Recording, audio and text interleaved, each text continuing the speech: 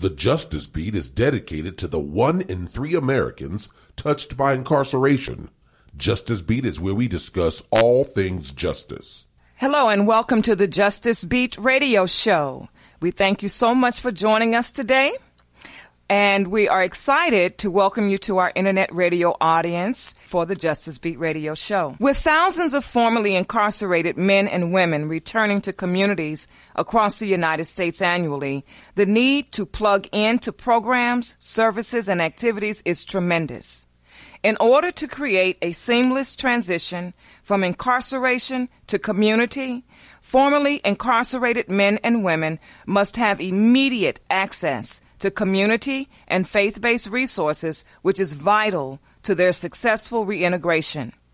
Ideally, the distribution of information about programs, services, and activities should be made readily available prior to release, which will enable formerly incarcerated men and women to begin planning for their release with a clear pathway for success. We are pleased to have on the Justice Beat radio show Mr. Jeff Mould, founder and executive director of the MBJ Group, located in Philadelphia, Pennsylvania. Welcome to the show, Mr. Mould. Thank you, Elaine. It's a pleasure to be here today. Great. Glad to have you. I want to tell my listening audience a little bit about your background, and then we'll get into our first segment. Mr. Jeff Mould is the founder and CEO of the MBJ Group, a public benefit corporation, a social impact company based in Philadelphia, Pennsylvania, with a mission to eliminate recidivism in communities globally. Prior to the MBJ Group, Mr. Mould was the founder and CEO of Hapfire, a social impact company helping returning citizens find employment opportunities. Mr. Mould has previously held key management and technical roles at Microsoft, U.S. Internetworking, Group 1 Software, and BAE Systems. A returning citizen himself, Mr. Mould has firsthand experience with the struggles of returning citizens. Mr. Mould has been featured in numerous print articles and radio podcast shows discussing social impact companies, challenges faced by returning citizens, and efforts to reduce recidivism. Mr. Mould is originally from Silver Spring, Maryland. He attended Frostburg State University and University of Maryland, University College, majoring in business administration and computer and information systems. Mr. Mould currently resides in Delaware. All right, segment 1, today's topic on the Justice Beat is reentry resources for the formerly incarcerated. All right, Mr. Mould, you ready to get started? Sure. All right, let's talk a little bit about your background. How did you come to develop an interest in reducing the recidivism rate for the formerly incarcerated? Well, as you said in my bio previously, Elaine, I am a returning citizen myself. I served a year and a half of probation, supervised probation for a felony scheming to defraud a financial institution charge back in 2006. And during that time, I really saw the struggles firsthand that somebody with a felony conviction and or any type of conviction faces, the stigma that society places on them, from the job application to anytime somebody asks a simple question, have you ever been arrested, or, have you ever been convicted of a crime? So I really saw it firsthand, and I was lucky enough that, previous to my arrest and conviction, I'd come from, I had a great job. I had, a pretty decent life, and it took it all away from me instantaneously. And it took a lot to recover from that. It was very difficult finding employment.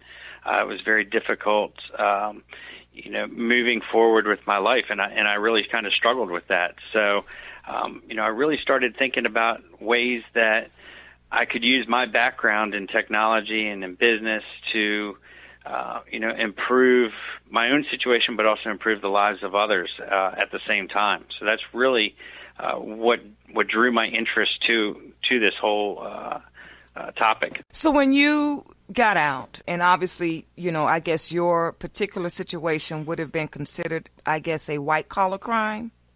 It was a white-collar crime. Mm-hmm. And so, I can just imagine, a lot of times there's been a lot of discussion between white-collar crimes and how folks are treated with those types of charges versus those who just as involved because of drug charges, etc. Under a white-collar crime, I mean, do you see a difference? Or if any, as an advocate, a longtime advocate myself in the system, I'm advocating for folks who are just as involved, I didn't necessarily see differences. I did see differences in terms of the sentencing structure. So can you speak a little bit to what you saw as maybe some of the differences in how folks were treated based on their charges? There's two aspects to that, Elaine, and that I think, and first is you brought it up, the way that they're treated with the charges and the way that the sentencing is handled. Typically, a white-collar crime, for the most part, is committed by somebody with a financial well-being and with the means to afford their own attorney, navigate the legal system, with a little bit more ease. That definitely does provide some benefits. There's absolutely no question about that. And I won't deny that, that it provided me some benefits. Is that fair? Absolutely not. It should be equal, across the board, regardless of your financial well-being or your background. Everybody should have the same access to the same legal resources and to the same sentencing structure. The other side of that is that from a job perspective, I do see somewhat of a difference as well, simply because typically a white-collar crime is associated with a moral turpitude. There's an instant lack of trust. Employers looked at me and told me to my face that we would rather have seen you with a drug charge or a violent felony, but how are we going to trust you with our money? Wow.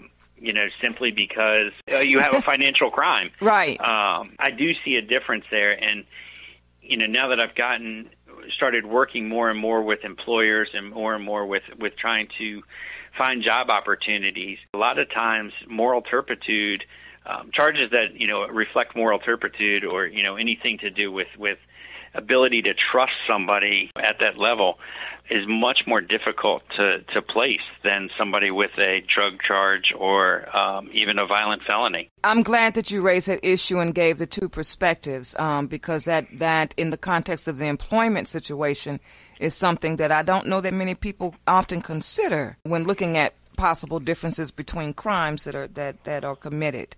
And that's something that I will make sure we keep at the forefront, because oftentimes in this justice reform movement, we tend to separate out the issues based on color, etc.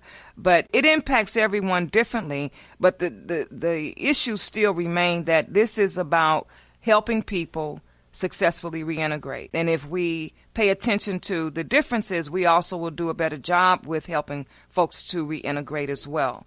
I'm glad that you brought those distinctions up. Absolutely. And just to, I know I'm Sure. probably fast forwarding on you on this, but That's while okay. I got it and while we're kind of talking about it, one of the problems that we see firsthand with secondchancejobsforfelons.com is we'll have individuals tell us that say, oh, that company doesn't hire felons, when we know that they do. And a lot of times it doesn't come down to each individual's case is evaluated differently from an employment perspective. So, just because John wasn't able to get a job with his grand theft charge doesn't mean that Julie can't get the job with her drug charge. So there's definitely some differences in hiring, and a lot of employers don't make that clear to prospective applicants, and they also don't make it clear when they turn an applicant down. So the applicant naturally thinks that, hey, I have a felony conviction, I was denied a job,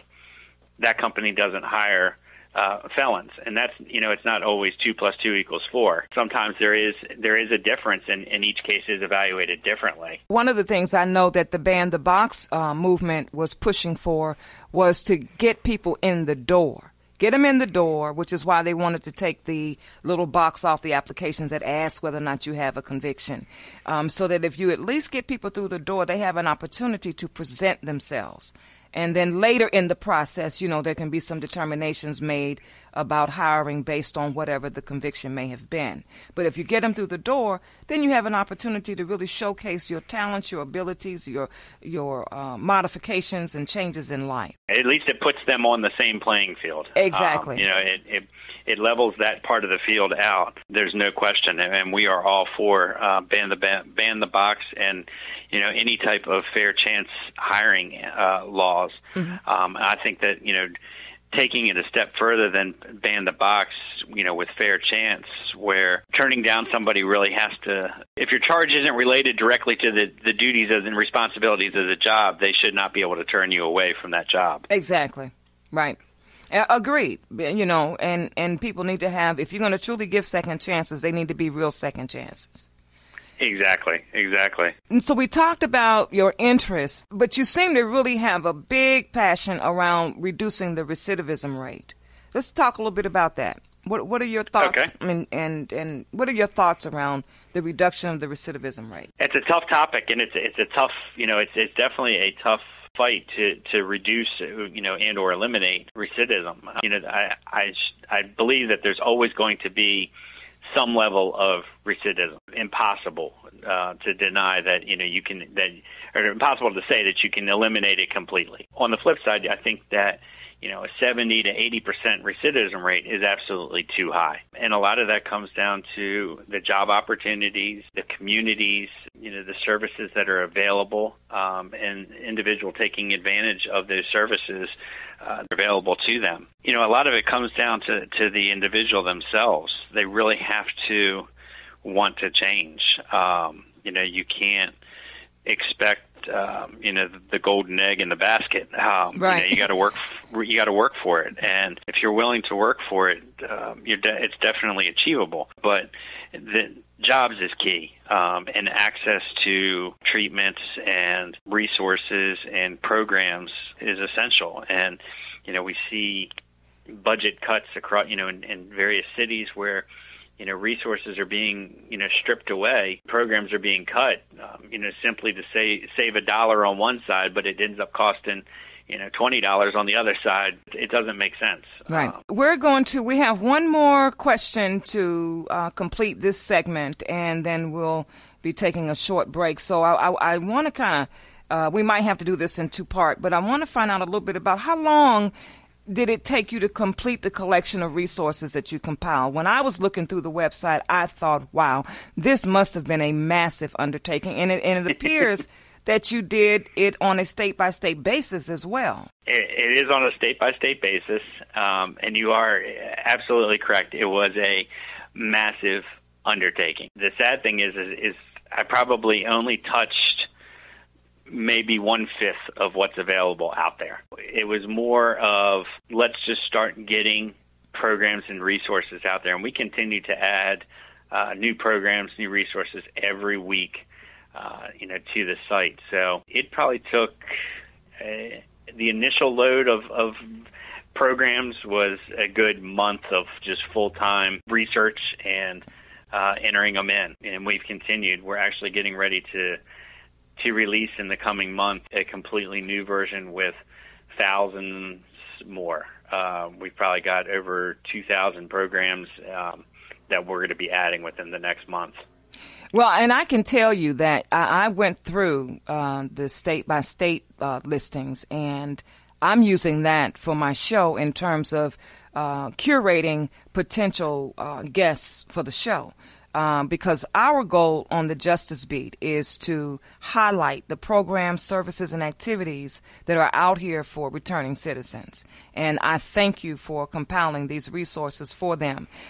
We will be returning shortly from our break. You are listening to the Justice Beat radio show. The Justice Beat is committed to providing timely and relevant information to the 1 in 3 Americans touched by incarceration. Do you have questions about your loved one's incarceration or need information on how to help your soon-to-be released loved one?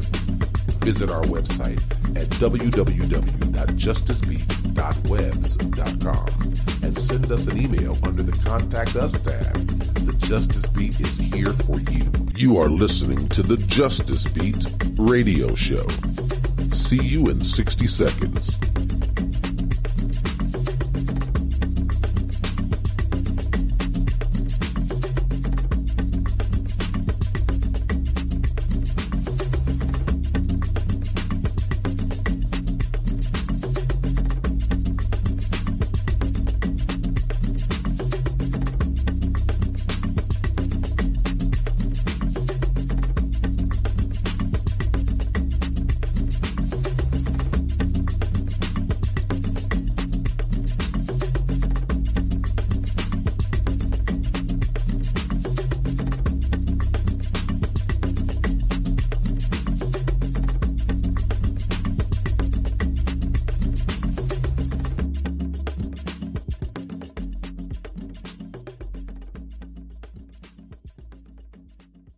Welcome back to the Justice Beat radio show, where today's featured guest speaker is Mr. Jeff Mould, founder and executive director of the MBJ Group in Philadelphia, Pennsylvania. Welcome back, Mr. Mould.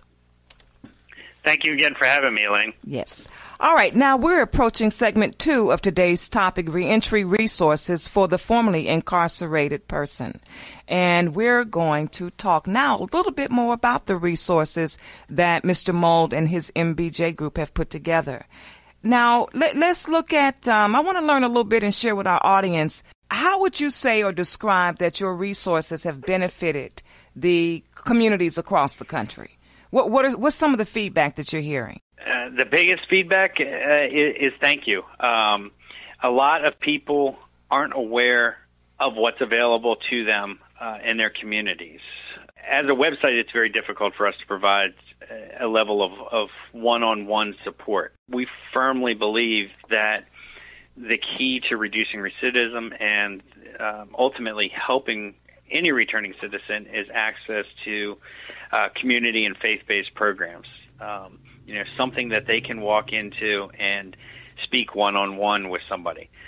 The problem with that is that they often are not aware of what is available to them, and they may know of one program but not 10 others that are available in their community. And not everybody talks to everybody. That's the biggest compliment that we get is being able to easily find, what's available to them. What would you say would be the most requested resource? What are people looking for the most? When we first started secondchancejobsforfelons.com, we went into it with the thought process that jobs would be the number one resource that people would search for, that people would find us for. And we really focused on building out the jobs database on our site. Okay. And doing that. A little over a year into it now, what we found is the jobs is really, it's still a big part, but it's not as big of a part as we thought it would be. The training and the training programs are probably the number one searched resource on our site. Explain that when you say training programs. What type of training programs? The CDL training programs, the list of providers and schools for that, the access to apprenticeship programs for electrical, heating and air conditioning, construction, masonry, all those, the guides to finding those types of training and programs has been the leader for most searched and what people keep coming back to the site for. Well, that makes sense to me, Jeff. Quite naturally, before you referenced, your first thought was that, hey, jobs are going to probably be the number one requested resource, and you soon found out that it wasn't. But it makes sense. If an individual has spent 5, 10, 15 years incarcerated, they have really lost out on opportunities to hone in on developing solid skill sets to get a job. And then with the changing technology, and there's no real solid infrastructure inside of these facilities for providing educational services and allowing individuals to stay on par with what is changing on the outside, then I can see that training requests would be priority. we continue to work on adding additional training just to beef up that side of it, because like you said, access on, inside the fence and within the system is extremely limited. Mm-hmm. And some systems are better than others. But some systems really, just really kind of let people rot away and don't encourage them to learn new skill sets and learn, job skills and life skills in general. And that results in it's very difficult when you come out after 10 or 15 years, or even 5 years. Right. And you don't have those up-to-date skills. It's almost impossible to find a job. And and that would contribute to recidivism, because if you're looking at you have your parole or probation officer on you about making sure you get a job, but then you can't get the jobs because you don't have the skill set. I mean, it's almost like a never-ending cycle of defeat. Exactly, and it goes back to the recidivism. I mean, you try and 6 months later you're getting a violation because you couldn't find a job. Right. So before we move on to the next question, this isn't a question that organically has sprung up based on our conversation. How are you getting the word out about your resources? And how are you targeting the people, the 1 in 3 Americans touched by incarceration, to make sure that this gets in their hands? It's simply been a word of mouth search engine, and working with shows like Justice Beat and you, Elaine, to really get the word out and to spread the word. And we've had fairly decent success from that. Great. Well, I'm going to continue to do my part. As I said at the top of the show, that this Justice Beat radio show was specifically birthed with the intent of making sure the 1 in 3 Americans touched by incarceration has access to the information and resources and programs and services so that they can be successful. So, okay, let's talk about the geographical impact. Geographically speaking, from what parts of the country do you receive maybe the most requests for reentry related services? Maybe, you can give me your top 3 or top 5. Probably one of the top ones is Philadelphia, and simply because we are located in Philadelphia, we are entirely web-based. We provide no one-on-one services. Mm-hmm. We don't have a walk-in facility or anything like that. Just because we are based in Philadelphia, we naturally show up higher in search results, so people searching for reentry or resources in Philadelphia happen to come across our site a lot quicker. Okay. Philadelphia probably is the number one general area. Mm-hmm. Outside of that, a lot of New York City, a lot out of Texas, pretty much all of Texas, a lot out of California. Okay. And a lot out of Georgia. Wow. And a little bit out of Florida. Well, I didn't say a little bit, but Georgia, Florida are probably tied equally. Okay. And then the rest of the states all kind of run probably about equal. There's a few that are higher, but the rest of them are fairly equal. Okay. Now, but that's a good representation. You've got some on the West Coast and the East Coast and the Southeast. Okay. We're going to have to do something to get to help you get this information out so we can have it. What I'd like to be able to see is that every state is represented, every single state.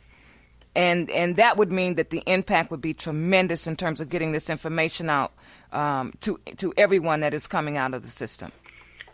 And one of the reasons that we don't see that right now, some of it is our fault, in that we just don't have a lot of resources on the site for some states, and other states, it's a lot.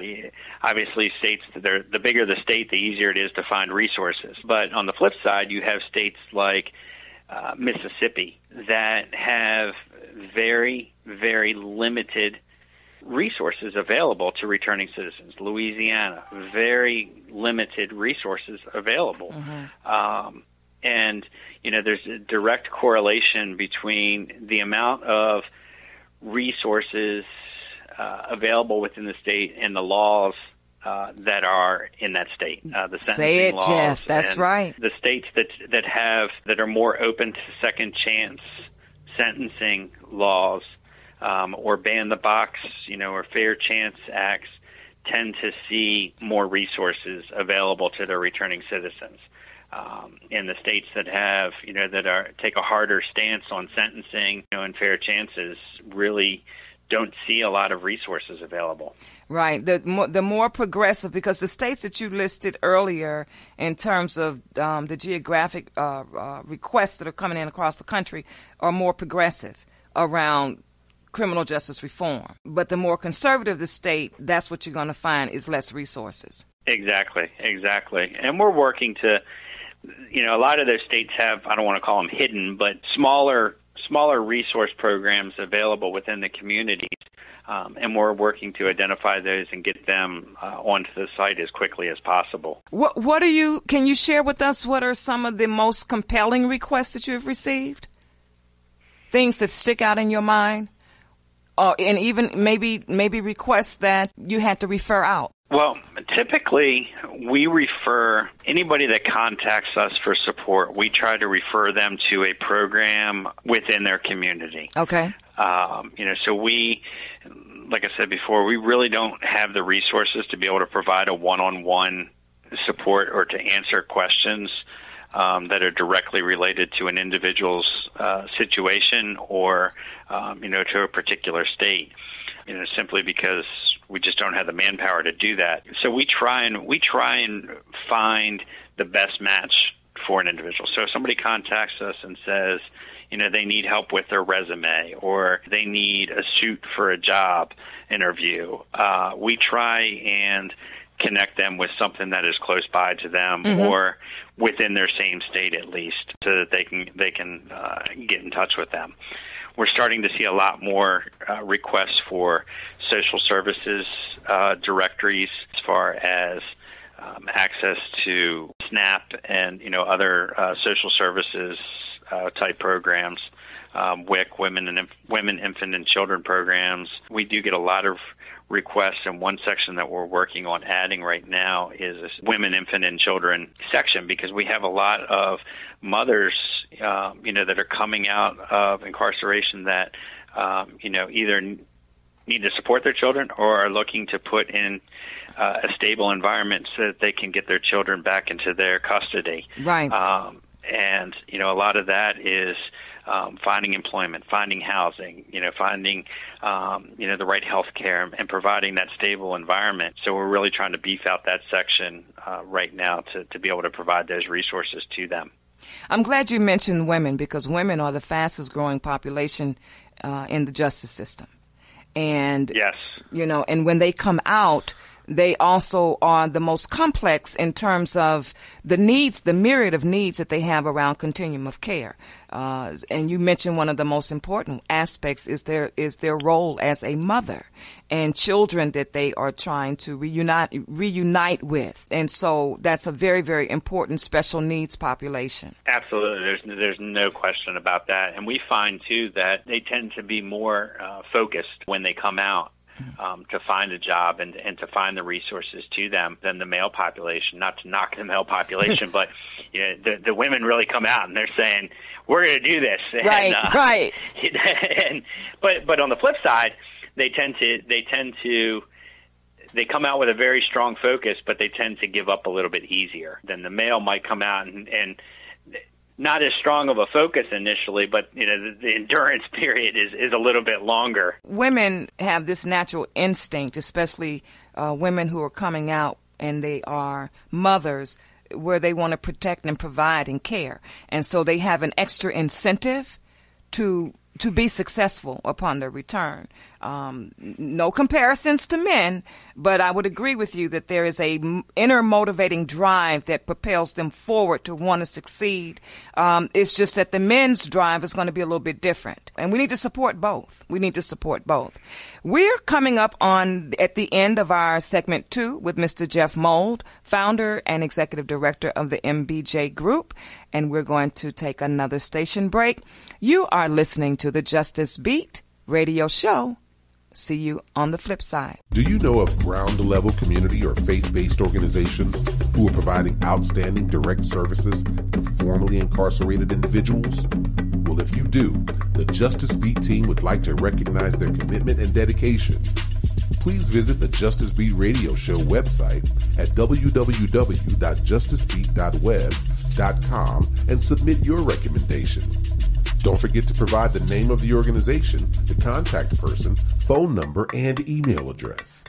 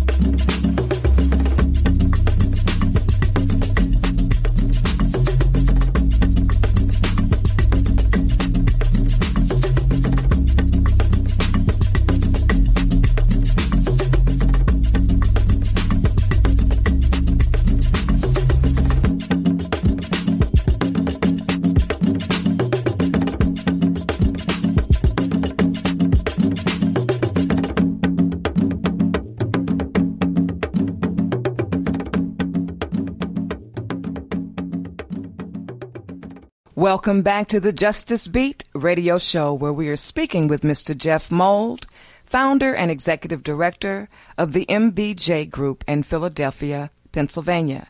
Welcome back, Mr. Mould.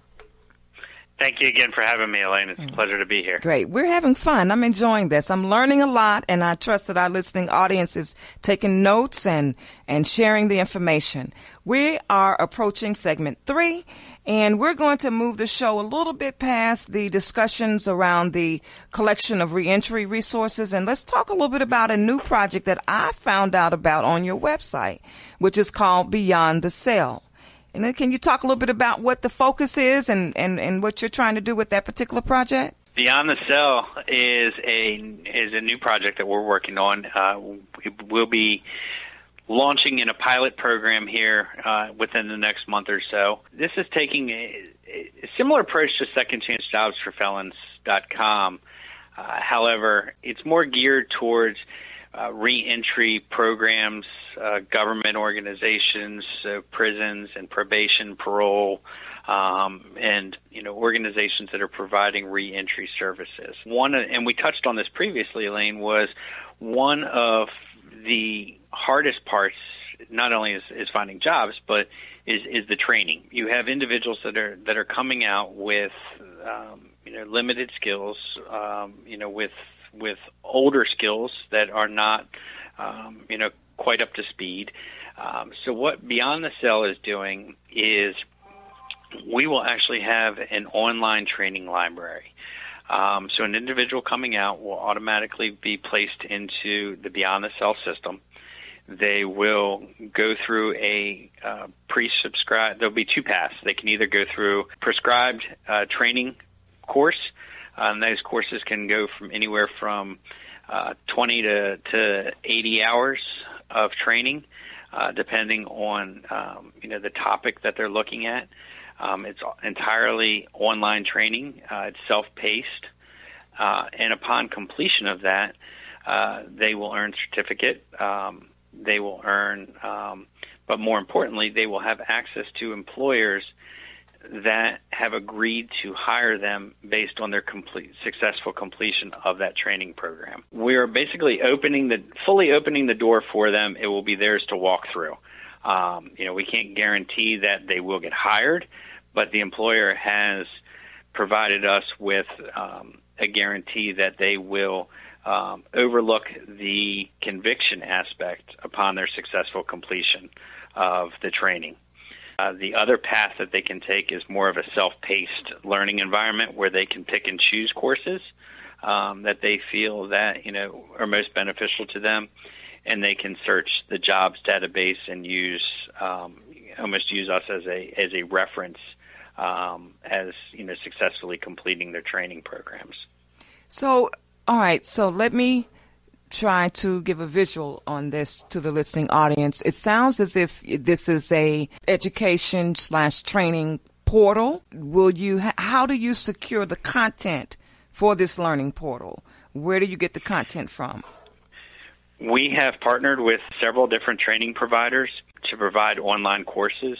Those courses can range anywhere from soft skills such as basic communications and email writing to all the way up to earning a forklift certification, OSHA safety certifications, and that's all provided through an online portal that we've partnered with various training providers to load their content into our platform. Awesome. That's wonderful. Wonderful. And this is this going to be provided free of charge? It's not, unfortunately. Okay. Let's get to the real deal here. Exactly. Initially, the Beyond the Cell program will only be available to prisons, parole, probation offices, and reentry organizations who will basically foot the bill for their participants. We're actually working with a major reentry program that's available within 26 states. The end goal is to be able to get that to all of their participants, the driving factor behind it. So no, unfortunately it's not free. Eventually we will go to a available to individuals basis, where they can pay a small monthly fee. But we want to keep it as low cost as possible to the individual. Okay, so let me get some clarification here. So the entities such as your direct service providers, government agencies, et cetera, are they paying for the participants who are under their jurisdiction or purview to participate in the program? They're paying per their participants under their jurisdiction. Mm-hmm. Okay. All right. Great. I got you. It's still wonderful. I mean, right now, at least the cost is not being passed to the individual. The entities and agencies are going to absorb the cost. It sounds like a wonderful next step. It's an awesome next step. And it's a step that you gleaned from your initial project of the resource library, which told you that, look, the real need is in training and education. Absolutely. And, we get a lot of requests from the employer side, too. How do I know this individual is going to have the skills needed? So being able to assess those skills prior will allow us to better serve the employers that are coming to us. I commend you. After conducting this interview, I'm really just thinking about we must stay connected, because I think a lot of the mission and goal of the Justice Beat radio show, along with yours, is just very synced up very well. I would like to be able to make sure that we can continue to have this dialogue and even offline conversations, because we're trying to play a very integral role in making sure that everyone that is coming out has an equal playing field as well as an opportunity to have a successful pathway. upon their return. So at this, absolutely, and we're happy to stay connected with you. We strongly believe that this is not a one-man solution, that everybody needs to work together to help and to solve it. And it's unfortunate to see that there are some programs that do take a we know it all stance.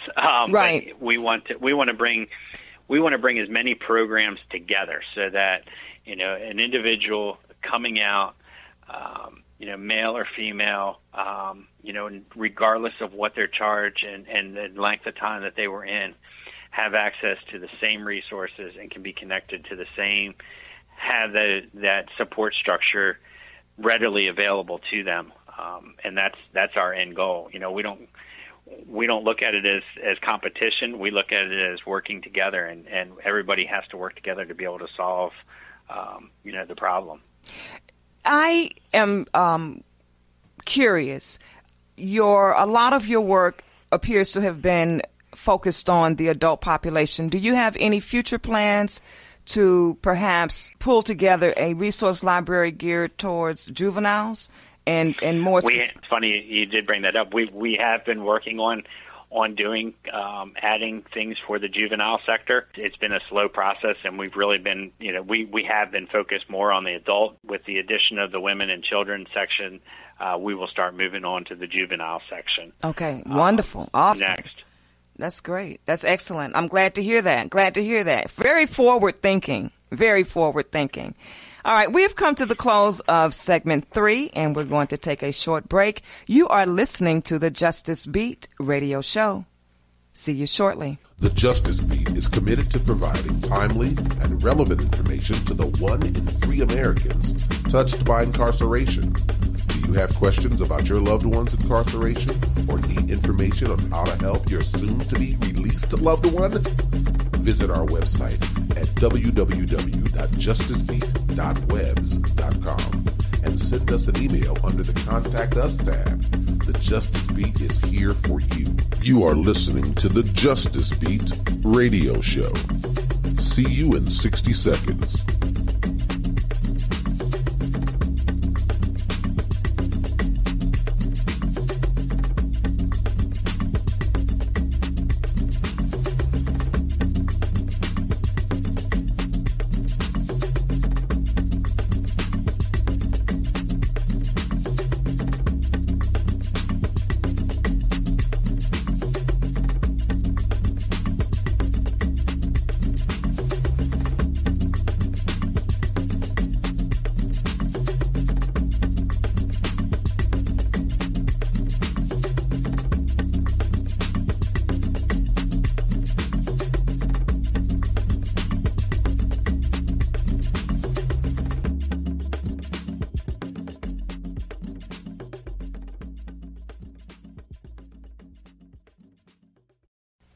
Welcome back. You're listening to the Justice Beat radio show, where today's featured guest is Mr. Jeff Mould, founder and executive director of the MBJ Group in Philadelphia, Pennsylvania. Thank you again, Elaine. It's a pleasure, as always, to be here. Great. Now, we are on our final segment 4, and this segment, we pretty much give you an opportunity to summarize and recap some salient points that you want to leave with our listening audience. Also talk a little bit more about any activities or events or projects or things that you're working on through the MBJ Group, and also give you a platform to be able to talk about how to reach you on Twitter, on Facebook, and then you can leave the last words with our listening audience. So let's take a few moments to recap and summarize some things, salient points and thoughts that you want to leave with the Justice Beat radio audience. First off, our website is secondchancejobsforfelons.com, and the 4 is spelled out FOR, and it's an entirely web-based resource library with various programs. We are the only felony-friendly job search available right now. We have an advanced job search feature that screens employers and jobs based on an individual's length of time since their conviction and their type of conviction. The jobs that are presented are felony friendly, and we work to verify those jobs. We have currently over 1 million positions available in our database nationwide, but we also have a list of training programs and community and faith-based resources that are available, and those can provide anything from housing assistance to drug or alcohol treatment, or just somebody to talk to. Those are all available through our website, secondchancejobsforfelons.com. Do you have any words of encouragement or wisdom that you want to leave with those individuals who formerly incarcerated men and women who are coming out about their job search opportunities, with your own upfront admission about being a returning citizen? Just leave some words of encouragement with some of those individuals who may be listening to the broadcast today. First and foremost, never give up. Send out as many resumes and talk to as many people as you can. One of the things that we have available through the website, one of the resources that we have, is a job fair and career readiness event calendar. And we strongly encourage attending those types of events.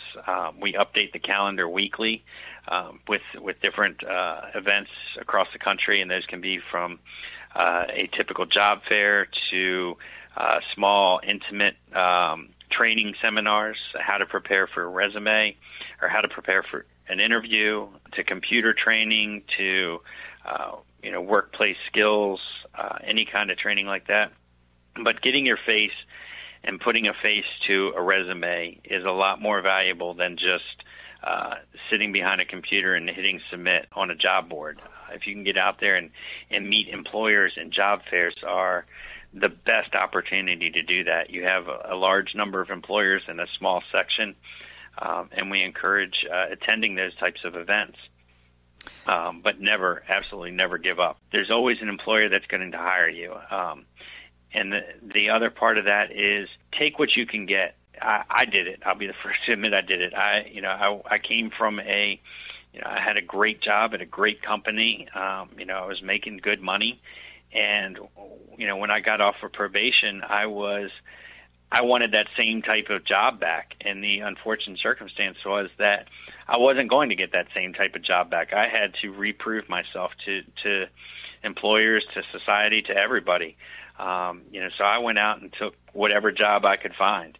And that was flipping burgers and working in a restaurant. You just got to sometimes be humble and take your pride and go with it. But in the end, you don't have to stay with that job for a lifetime. You can, just keep building those skills and keep building that trust. And, one reference makes another reference and another reference. And, eventually you're back to where you started from. So that's the key. Very, very sound, sage advice that you've left with our Justice Beat listening audience, and I really appreciate your words of encouragement.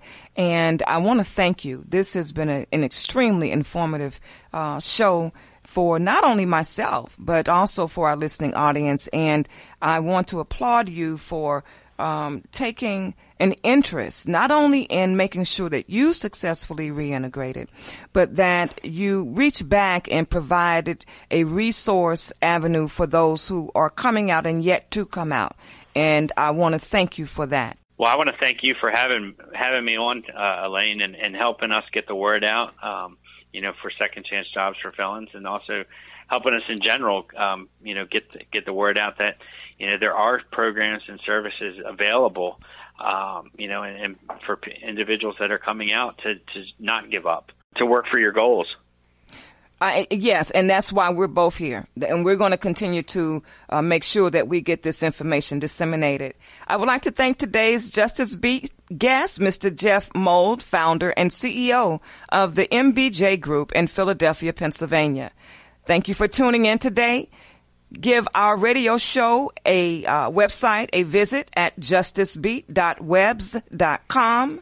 And like us on Facebook. Tweet about Justice Beat at JusticeBeat2Day. Thank you for joining us, and see you next week. Thank you for listening to the Justice Beat. If you like what you heard and found the information useful, then support the Justice Beat radio show by spreading the word and telling a friend.